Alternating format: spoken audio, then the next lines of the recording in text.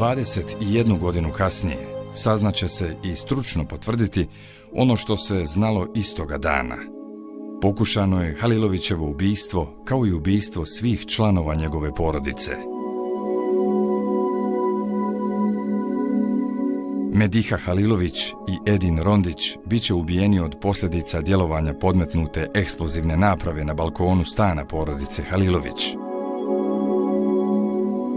Mi smo krenuli gore, mislim, ja desim, da li je Fahro bio, ne znam, ja ne mogu tvrditi.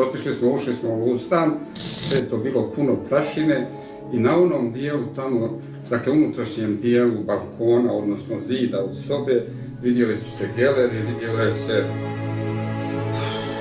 Mi smo otišli tamo na lice mjesta, zatekli smo jednu haotičnu situaciju poslije svake eksplozije. Stan je bio potpuno razrušen.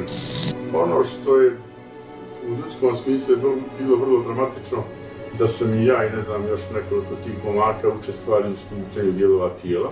Djeca su srećom preživjela jer su se, prema tadašnjih informacija, nalazila na suprotnom krilu zgrade.